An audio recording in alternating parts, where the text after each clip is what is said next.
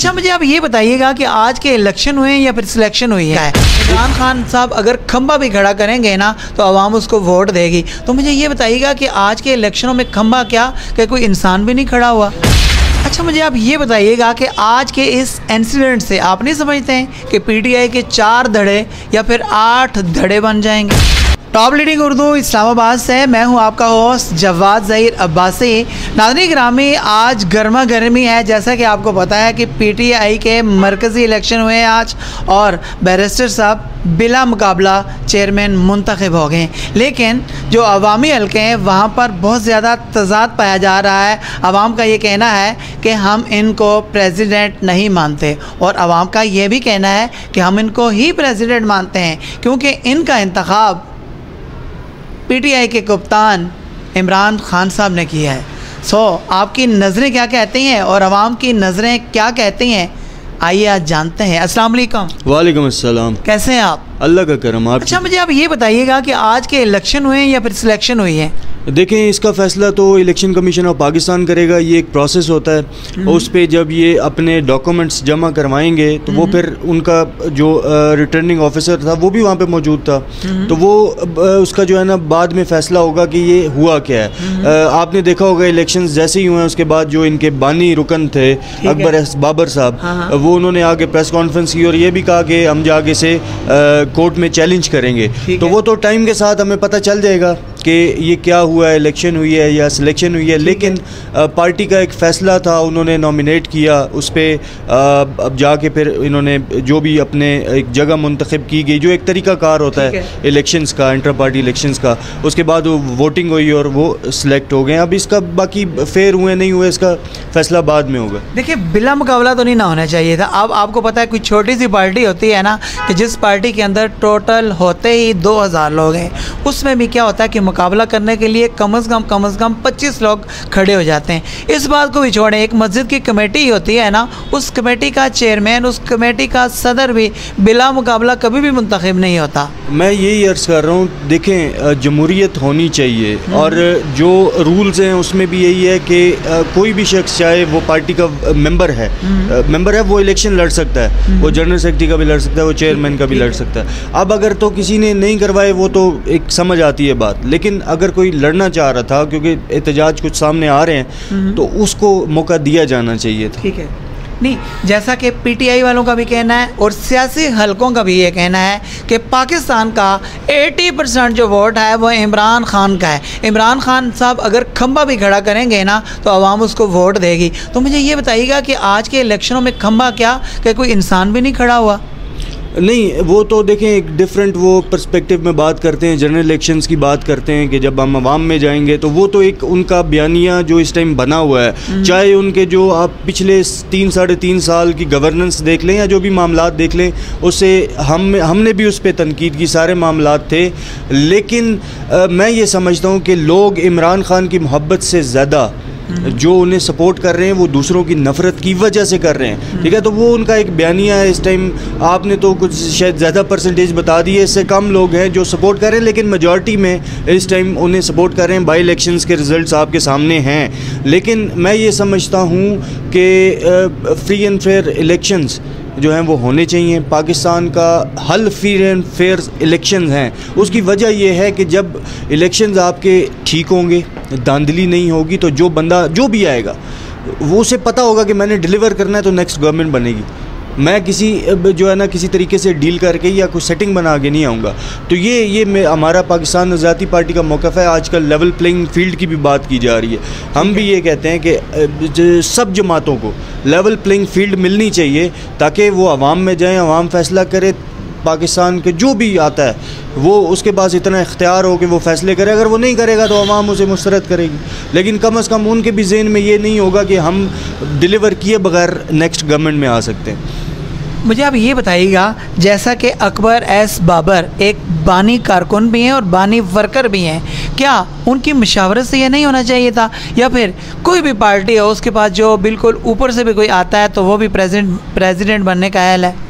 देखिए, मैं ये समझता हूँ कि ये फ़ैसला जो होता है वो चेयरमैन का होता है। वो बेशक बानी रुकन थे, लेकिन वो कुछ टाइम पहले उनकी जो है मेंबरशिप वो कैंसिल कर दी गई थी प्रॉपर, क्योंकि उनका इख्तलाफ चल रहा था पार्टी से। वो मैं तो नहीं जानता क्या मामलात थे, लेकिन उनकी बहुत सारी रिजर्वेशंस थी, और वो अभी से नहीं, आप देख रहे हैं कि काफ़ी सालों से मामलात चल रहे हैं। तो वो तो पार्टी का एक इंटरनल इशू है, लेकिन मैं उन लोगों की बात कर रहा हूँ कि जो लोग पार्टी में अभी करंट जो मेंबर्स हैं, अगर वो चाहते थे तो उन्हें मौका बिल्कुल देना चाहिए था। लेकिन इसका फैसला कुछ दिनों में आ जाएगा सामने कि क्या हुआ है, फेयर हुए हैं, नहीं हुए हैं। देखिए, 100 इख्तलाफात हो सकते हैं, 100 इख्तलाफात हो सकते हैं, लेकिन बुनियाद ही होती है। अब कोई भी प्लाजा हाउस की बुनियाद ही आप तोड़ देते हो, या फिर उसकी बुनियादों के अंदर आप पॉइजन डाल देते हो, तो आप समझते हो कि वो प्लाजा खड़ा हो सकता है। एक सवाल। दूसरा सवाल ये कि जैसा कि आप पाकिस्तान नज़रियाती पार्टी के बुनियादी कारकुन हैं, आने वाले 15 सालों में जब शहीद हैदर सियालवी वज़ीर-ए-आज़म पाकिस्तान होंगे तो आपको स्किप कर दिया जाए तो आपको कैसा लगेगा? देखें, उसमें बहुत सारी चीज़ें हैं ना। एक तो ये है कि ख़ुद से स्किप कर दिया जाए, दूसरा ये है कि आपकी परफॉर्मेंस नहीं है, आपकी पार्टी से कोई इख्तलाफात बन गए हैं, तो लाजमी सी बात है आप कभी कोई पैदाइशी किसी पार्टी का नहीं होता। ठीक है, हमने भी ये पार्टी बनाई है, हमारी कोशिश है, क्योंकि हमारा देखें ना, ज़ाती मफाद इसमें कोई नहीं है। ठीक है, हमारा जो मैनिफेस्टो है, हमारा जो एक विज़न है कि हमने यूथ को ऊपर लेके आना है, वो हमारी ज़ात की हद तक का नहीं है। हमने नौजवानों को एक प्लेटफॉर्म दिया, तो वो हमारी तो उसमें बिल्कुल मिसाल बिल्कुल डिफरेंट आ जाती है। जहाँ तक बात है पाकिस्तान तहरीक इंसाफ की, तो उनके मामलात कुछ इस तरह के बने होंगे कि बाद में वो पार्टी में सर्वाइव ही नहीं कर पाए। तो मैं समझता हूँ कि ये पार्टी में आना जाना ये लोगों का एक सिस्टम चलता रहता है, लेकिन जिनके साथ ज़्यादतियाँ हुई हैं, हकीकी जो वर्कर्स थे, तो उनके लिए मैं समझता हूँ कि हमारे दरवाज़े भी खुले हैं। और हमारे, आप देखा होगा कि शायद अभी कुछ टाइम से लियाकत बाग में हमारा जलसा, उसके बाद बाकी बड़े जलसे हो रहे हैं, तो हमारे पास पार्टीज़ के वर्कर आ रहे हैं नॉमिनेशन फॉर्म जमा करवाने के लिए, और ये कह रहे हैं कि हमें इस पार्टी में 5 साल हो गए, हमें इस पार्टी में 10 साल हो गए हैं, और हमें जो है वो नहीं मिल रहा, मौका नहीं मिल रहा, तो हमें आपकी पार्टी से मौका चाहिए। तो वो पाकिस्तान नज़रियाती पार्टी को एक प्लेटफॉर्म समझ कर आ रहे हैं। तो मैं समझ रहा हूँ कि पाकिस्तान नज़रियाती पार्टी की जितनी मरकज़ी क़यादत है वो मुखलिस है अपने काज से, और जो इस काज से हटेगा वो फिर मैं नहीं समझता कि वो कहीं का भी रहेगा। तो ये तो डिपेंड करता है कि आपका कॉज क्या है।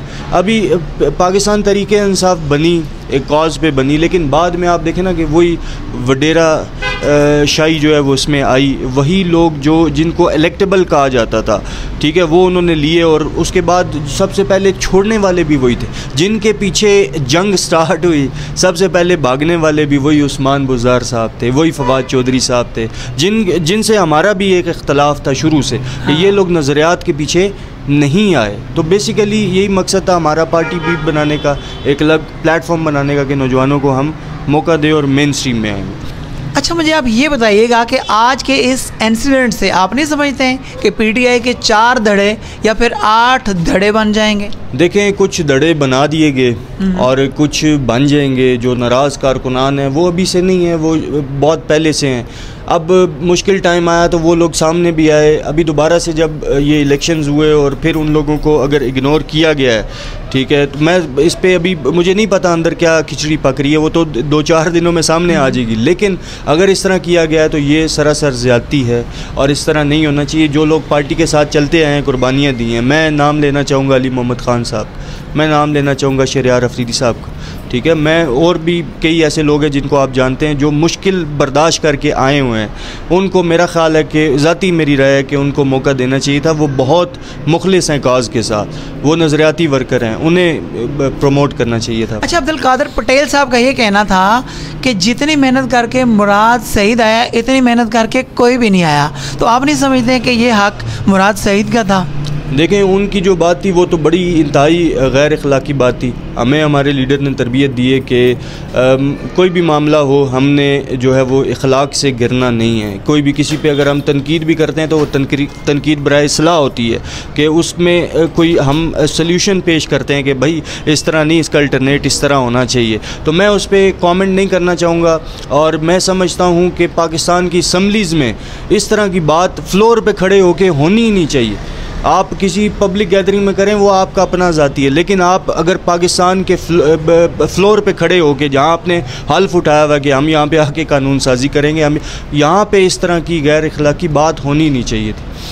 बहुत शुक्रिया। नाज़रीन गिरामी, ये थे फैज़ान साहब कि जो पाकिस्तान नज़रियाती पार्टी के भी बुनियादी कारकुन और बुनियादी वर्कर और बुनियादी अहदेदार हैं। नाज़रीन गिरामी, आज इलेक्शन हुए, PTI के हवाले से बैरिस्टर साहब को प्रेसिडेंट बनाया गया, PTI का चेयरमैन बनाया गया PTI का, लेकिन अकबर एस बाबर साहब ने उंगली उठाई। क्या अकबर एस बाबर साहब को ये उंगली उठानी चाहिए थी या नहीं? मुझे बताइएगा कमेंट में। टॉप लीडिंग उर्दू इस्लामाबाद से अपने होस्ट जवाद ज़हीर अब्बासी को इजाज़त दीजिए। अल्लाह हाफिज़।